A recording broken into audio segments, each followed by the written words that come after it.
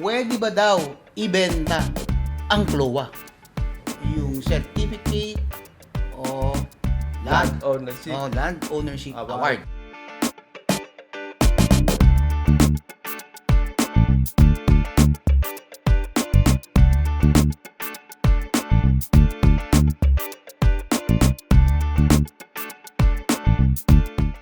Magandang araw po sa inyong lahat at nandito na naman tayo sa Usapang Lupa na handog sa inyo ng Foundation for Economic Freedom at ito pong muli si Atty. Erwin Tiamson. At kasama po nyo dito sa episode na ito si Attorney George Katigbak. Ayan.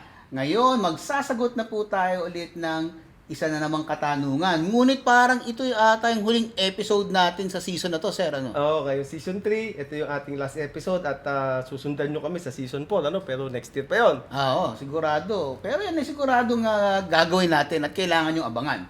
So, punta na tayo sa katanungan, sir. Ano? At ano na naman ang itinanong ng Ito. ating Ito mga ang- taga-subaybay na to? Isa sa pinakamaraming katanungan. Okay.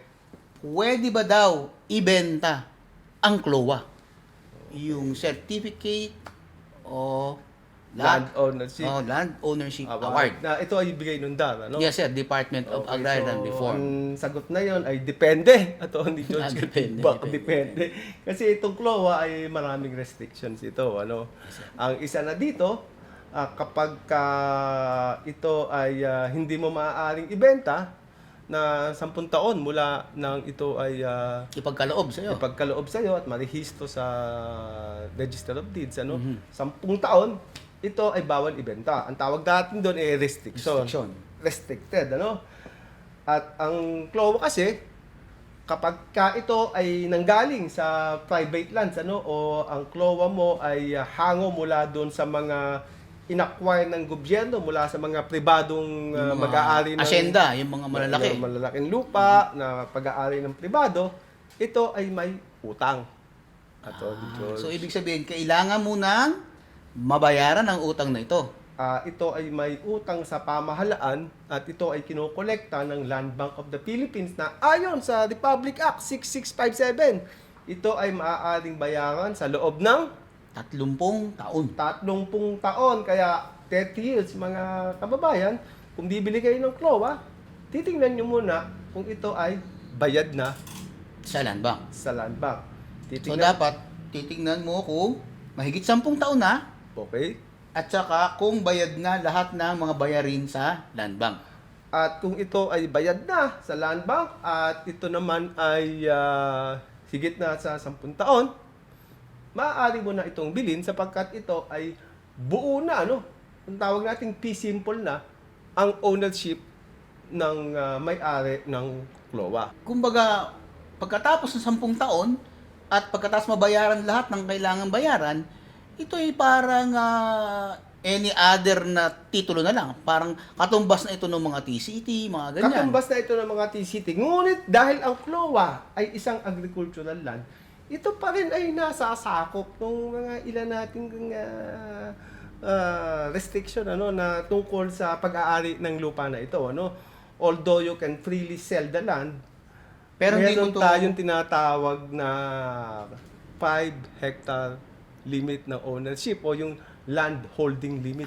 Tama. 5 hektarya. Paano ba yung land holding limit na to, Atty. Joel? Ayan, ayon din sa batas ng Comprehensive Agrarian Reform Program, ang isang tao ay hindi maaaring magmay-ari ng mahigit sa 5 hektarya ng isang lupang sakahan o agricultural land.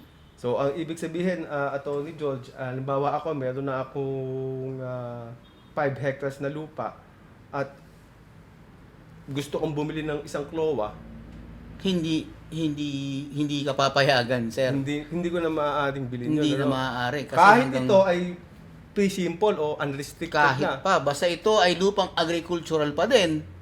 Ang Hindi restriction ay hindi na doon sa CLOA, kundi dito na sa bibili. Sa bibili. Sa bibili na, no? Yes, sir. Kumbaga, yung CLOA, unrestricted naman, pwede nang ibenta. Kaya nga lang, yung bibili ay madi-disqualify under Republic Act 6657. Yes, sir.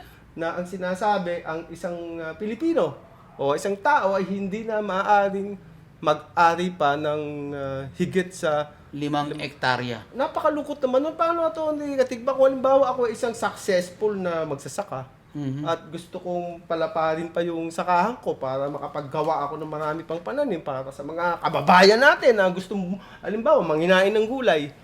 Hindi na ako pwede mag-expand ng farm ko. Hanggang 5 hectares na lang ako. Hanggat hindi pa nababago ang batas na yan, ay pwede kang mangupahan na lamang muna. Upahan mo yung katabing bukid. Ganun. So parang sinasakal din pala ako niyan, ano? Parang Yan. sinasakal ako at ako ay nililimit hanggang 5 hectares Merong lang. mga nagrereklamong ganyan na Ayun. dapat sana ay umasenso na sila, ngunit hindi makaarangkada Okay. dahil hanggang 5 hectares Siguro lamang ang dapat pwede. palitan na yan. Ano? Siguro sa isang taon dapat. Dapat panahon na para panahon baguhin yan. para makalaya tayo dito At sa totoong maging landholding na to, tanamag. Tama yung ginamit yung salita. Totoong makalaya na yung mga magsasaka natin. para freely maibenta nila. So, mga kababayan, itong ating director na naman ay nag-aalboroto na at gusto nang simulan ng Christmas party ng Foundation for Economic Freedom. Oo. Kaya ako, babati na ako sa inyo ng Merry Christmas and a Happy New Year.